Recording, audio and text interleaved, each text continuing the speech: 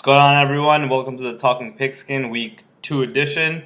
I went 10-5 last week with my Week 1 picks. Feel pretty good about that. My upset came to be true. Detroit Lions was able to beat the Cardinals. However, I was dead wrong with my lock of the week, which is weird. I picked the Pats to win, and they completely blew that game. I loved every second of watching that. However, I wish I was right for the picks purposes. With all that being said, I think it was a solid Week 1 in terms of pickings, but as for the play on the field, it wasn't as hot. Granted, you're just coming off preseason, everyone is not up to speed, so I'm expecting better football Week 2 and on. Usually I do these videos with a little summary on my beloved Jets from the week before, but I don't think this season will require that for obvious reasons, so let's not even waste any time on that. So without any further ado, let's jump into our Week 2 picks. And the very first game we have is Thursday Night Football, where we have the Houston Texans traveling to Cincinnati to take on the Bengals. Now, both teams are off to an awful start. Dalton threw 4 picks against unreal Baltimore defense that I wasn't expecting.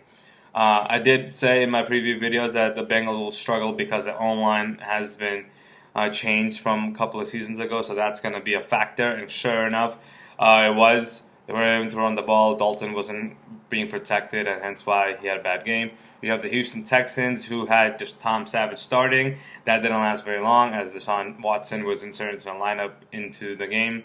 Bill O'Brien is really impatient with these quarterbacks. He just pulls them out whenever it feels like him, which is not bad. I wish the Jets did that, but they won't do it. So Deshaun Watson looked decent. He's a rookie. After all, we tend to forget that. We expect him to do great from the get-go. It doesn't work like that for everyone. He had a touchdown drive, but then he threw a pick also. So, he had a rough game. Now, traveling on a short week to Cincinnati will be difficult for them. I usually like to give the home field the edge on a short week, so I'm picking Cincinnati to take down the Houston Texans, who will drop to 0-2, unfortunately.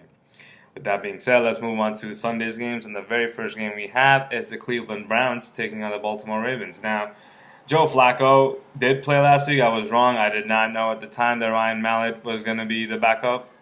I thought Flacco was still injured. Clearly not. Danny Woodhead did get injured in the game, so he might be out for a while. The Raven offense wasn't great. However, that defense, as I previously mentioned, amazing. I definitely didn't see that coming.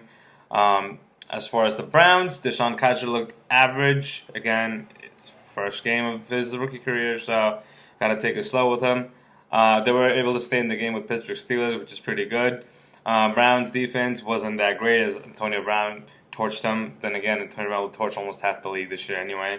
So, I don't think the Browns will have enough to take down Joe Flacco and the Ravens in their season home opener, so I'll go with the Ravens. Next game, we have the Bills take on the Carolina Panthers. Now, this game will be very different for the Bills because they're not playing the Jets, so it's going to be more challenging, even though I found it surprising that the Jets were able to stay with the Bills as much as they did on Sunday.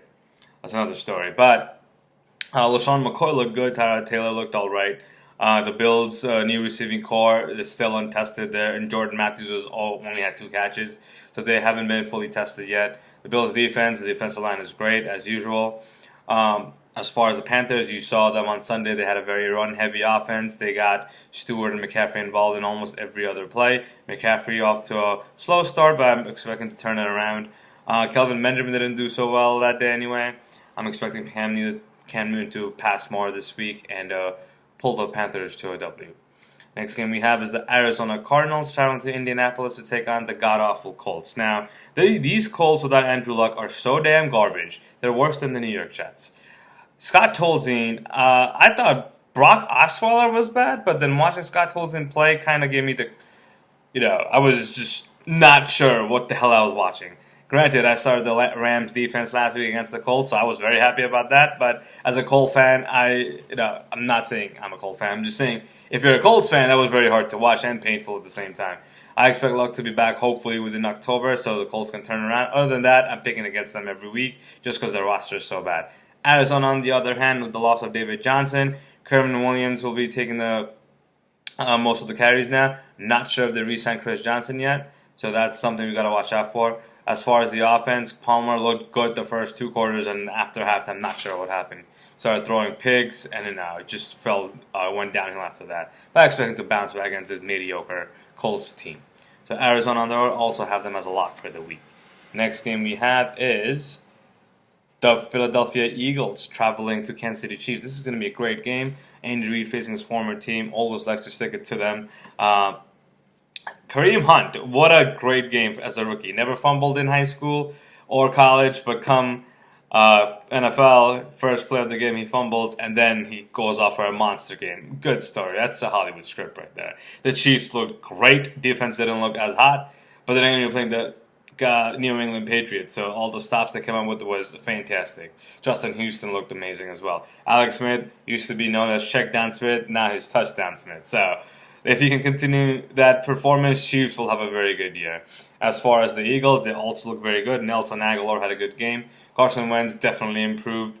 Didn't get Jeffrey or Torrey Smith involved as much, but I expect that to change against the Chiefs.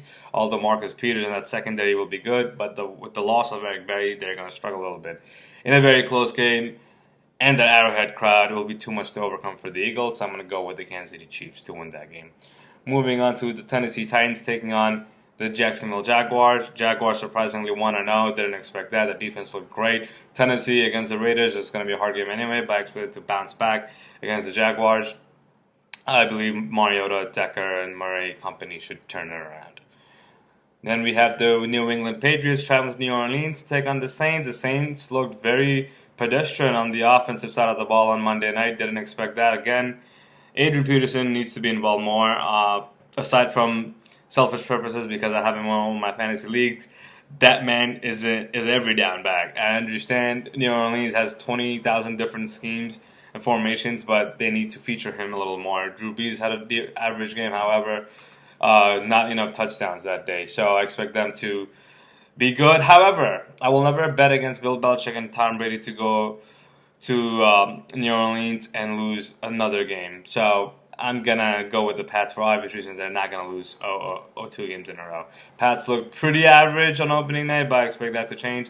Loss of Edelman clearly hurts Brady a little bit, but I'm assuming with time he will get acquainted with Brandon Cooks and Philip Dorsett, and they'll take it from that. So Patriots over the Saints. Moving on to the Minnesota Vikings taking on the Pittsburgh Steelers. This is going to be a very entertaining game. Vikings traveling to Pittsburgh. I expect a shootout because Viking defense away from their stadium. I'm not sure how they will do in a hostile environment in Heinz Field. Pittsburgh offense looked very formidable on Sunday. I expect them to put up more points. Sam Bradford looks like he is going to have a pretty good season. That guy looked unstoppable. But again, to be fair, that was against the Saints defense. I'm not sure how that's going to continue. Dalvin Cook looked great as a rookie. He also broke Adrian Peterson's rushing record for first week as a Viking starter. So with all that being said, I'm going to take the Steelers to win at home. Next game, we have the Chicago Bears traveling to the Tampa Bay Buccaneers. I believe the Bucs will be playing 16 games in a row, which is unfortunate, but first game, they're going to have Chicago coming to town. I think they'll be able to handle them. The Bears look pretty good on the opening week against the Falcons, but I don't expect them to do well at Tampa Bay. Nothing much to say about Tampa as they didn't play last week. I expect them to win the game. Moving on to the 4 o'clock games, the first game we have is the Dolphins taking on the Chargers. Nothing to say about Dolphins because they were inactive last week. However, the Chargers, they were down 24-7 in the fourth quarter, whereas able to come back to the 21-24. Unfortunately, they lost the game on a missed field goal by Young Hoku. They need to figure out how to win close games. They can't always. I saw that record that ESPN had on Chargers in a close game. It's god-awful. It's like 1-155. That needs to change this year, or else they're not going anywhere. Good to see Keenan Allen out there moving like he did before the injury. So I'm going to take the Chargers to win in a soccer stadium. Mind you, this is the Chargers home game. The home opener in the Galaxy Stadium, so it should be interesting to watch. Next game, we have the Dallas Cowboys traveling to Denver to take on the Broncos. Broncos defense looked great again. Trevor Siemian surprised me. I thought he was going to take a step back. Clearly, he did not. The Cowboys looked great. They tamed the Giants very well. Dak looked good. Zeke looked great. I'm not sure if he's starting this week, but if he is not, I'm picking the Broncos to win this game anyway. But if he is, I think they'll keep it close. But Broncos will pull this one out. Moving on to Redskins over Rams. The Rams are actually favored to win this game. However, I'm going to take the Redskins as an upset special just because I'm going to trust Kirk Cousins to turn it around. He's a franchise quarterback, getting paid like one, so he needs to get his act together and make sure he gets Terrell Pryor and the receiving core involved in this week's game. The Rams, Jared Goff looked pretty good. However, it's Jared Goff. I'm not able to crown him champion yet. We'll see what they do this week against Redskins, who are not bad on defense. He will be targeting Josh Norman. Let's see if he succeeds. Moving on to 49ers and Seahawks, I expect the Seahawks to dismantle the Niners, and it was god-awful on Sunday against the Panthers. And Hawks, that defense is pretty good, was able to hold Aaron Rodgers for most of the game, but unfortunately the offensive line is so garbage that Russell Wilson was running for his life the entire game. I expect the Hawks to have a monster game and win this game. Then we have the New York Jets traveling to the Oakland to take on the Raiders, and this game will be a blowout from the start. I expect nothing from the Jets. If anything they do, it will be a plus for me as a fan.